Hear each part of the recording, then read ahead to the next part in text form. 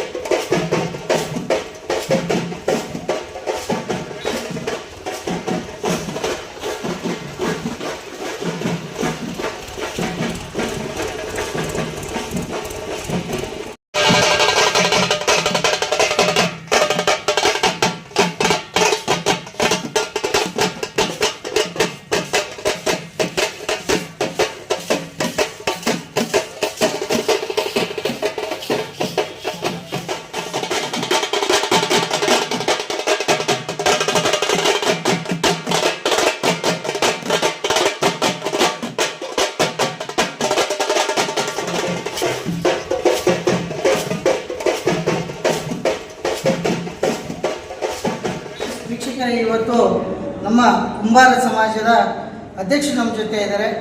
ಅಧ್ಯಕ್ಷರು ಇವತ್ತು ನಡೆದಂಥ ಏನು ಕುಂಬಾರರ ದೀಪೋತ್ಸವ ಕಾರ್ಯಕ್ರಮಕ್ಕೆ ಇವತ್ತು ಆಗಮಿಸಿದ್ದಾರೆ. ಕುಂಬಾರರ ದೀಪೋತ್ಸವ ಕಾರ್ಯಕ್ರಮವು ಈಗ ಅದ್ದೂರಿಯಿಂದಾಗಿ ಜರುಗಿದ್ದು, ಈಗ ಬಸವೇಶ್ವರ ವೃತ್ತದಿಂದ ಪ್ರಾರಂಭವಾಗಿ ಅಬ್ದುಲ್ ಕಲಾಂ ವೃತ್ತ ಹಾಗೂ ರಾಮನಗರ ವೃತ್ತ ಈಗ ಗುರುಭವನ ತಲುಪಿದೆ. ಗುರುಭವನದಿಂದ ಈಗ ಅದ್ದೂರಿಯಾಗಿ ಸ್ಟೇಜ್ ಪ್ರೋಗ್ರಾಮ್ ಅಂದರೆ ವೇದಿಕೆ ಕಾರ್ಯಕ್ರಮ ಭಾಳಷ್ಟು ಅದ್ದೂರಿಯಾಗಿ ನಡೀತಾ ಇದೆ. ಈಗ ನಮ್ಮ ಜೊತೆ ಚೌಡಶೆಟ್ಟಿ ಕುಂಬಾರ್ ಅವರು ನಮ್ಮ ಜೊತೆ ಇದ್ದಾರೆ. ಇವರು ರಾಜ್ಯಕ್ಕೆ ಒಂದು ಉನ್ನತ ಸ್ಥಾನದಲ್ಲಿ ಇರ್ತಕ್ಕಂಥ ವ್ಯಕ್ತಿ. ಅವ್ರನ್ನ ಮಾತಾಡಿಸ್ತಾ ಹೋಗ್ತೀನಿ. ಇದ್ರ ಬಗ್ಗೆ, ಕಾರ್ಯಕ್ರಮದ ಬಗ್ಗೆ ಅವ್ರದ್ದೇನು ಅನಿಸಿಕೆ ಇದೆ ಅಂತ ಮಾತಾಡಿಸ್ತಾ ಹೋಗೋಣ. ಬನ್ನಿ ಸರ್. ನಮಸ್ತೆ. ತುಂಬ ಸಂತೋಷದ ವಿಚಾರ. ಇವತ್ತು ಅಗರಿಬೊಮ್ಮನಹಳ್ಳಿನಲ್ಲಿ ದೀಪೋತ್ಸವದ ಕಾರ್ಯಕ್ರಮ ಭಾರಿ ಅದ್ಭುತವಾಗಿ ನಾನು ತೋರಿಸ್ತಾ ಈ ಒಂದು ಮೆರವಣಿಗೆ ಮತ್ತು ಇಲ್ಲಿರ್ತಕ್ಕಂಥ ದೀಪಗಳ ಸ್ಟಾಲ್ಗಳನ್ನು ನಾನು ನೋಡಿದೆ. ತುಂಬ ಖುಷಿಯಾಯಿತು. ಯಾಕೆ ಅಂದರೆ ಇತ್ತೀಚಿನ ದಿನಗಳಲ್ಲಿ ಕುಂಬಾರಿಕೆ ನಶಿಸ್ತಾ ಇರ್ತಕ್ಕಂಥ ಒಂದು ಸಂದರ್ಭ. ಅದರಲ್ಲೂ ಈ ಶುಭ ದಿನ ನಶಿಸ್ತಾ ಇರ್ತಕ್ಕಂಥ ಕುಂಬಾರಿಕೆಯನ್ನು ಪುನಶ್ಚೇತನಗೊಳಿಸಬೇಕು ಅಂತಕ್ಕಂಥದ್ದೇ ನಮ್ಮ ಹೋರಾಟದ ಗುರಿ. ಇದಕ್ಕೋಸ್ಕರ ನಾವು ಸುಮಾರು 2010ರಿಂದ ಸುಮಾರು ಇವತ್ತು 2025 ತನಕ ಏನು ಹೋರಾಟಗಳನ್ನು ಮಾಡ್ಕೊಂಡು ಹೋಗಿದ್ದೀವಿ, ಆ ಹೋರಾಟ ಕೇವಲ ಕರ್ನಾಟಕ ರಾಜ್ಯದಲ್ಲಿ ಒಂದು ಕುಂಬಾರರ ಅಭಿವೃದ್ಧಿ ಮಂಡಳಿ ಆಗಬೇಕು, ನಿಗಮಗಳಾಗಬೇಕು ಅಂತೇಳಿ ಹೋರಾಟವನ್ನು ಮಾಡಿದ್ರು.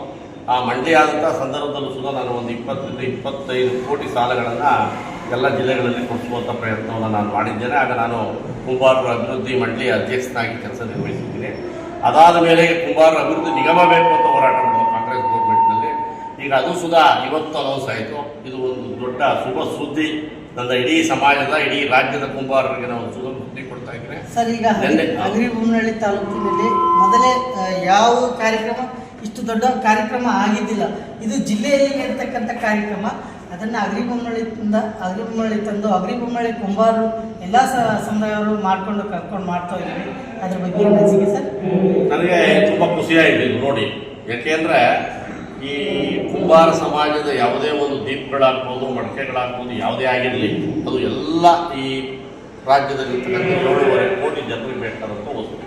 ಇದು ನಾವು ಅವರು ಎಲ್ಲ ನಮ್ಮ ಎಲ್ಲರನ್ನೂ ಕರೆದು ಎಲ್ಲ ಸ್ವಾಮೀಜಿಗಳು ಇವತ್ತು ನಾನು ನೋಡಿದೆ ಬಂದಿದ್ದಾರೆ.